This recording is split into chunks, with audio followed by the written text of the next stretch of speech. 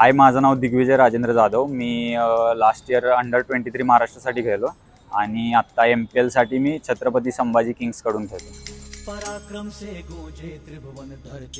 4th 5th पासून मी professional cricket खेळायला start केलं लेदर बॉलवरती आणि मी तिथून मग इन्व्हिटेशन्समध्ये खेळायला चालू केलं आणि मी मग लास्ट इयर अंडर-23 साठी खेळलो महाराष्ट्रासाठी। MPL कडून म्हणजे मी स्वतः टीमसाठी काय चांगलं करता येईल हे बघतोय आणि टीमला एक टायटल जिंकू देण्यासाठी मी स्वतःसाठी चांगलं करायला बघेन।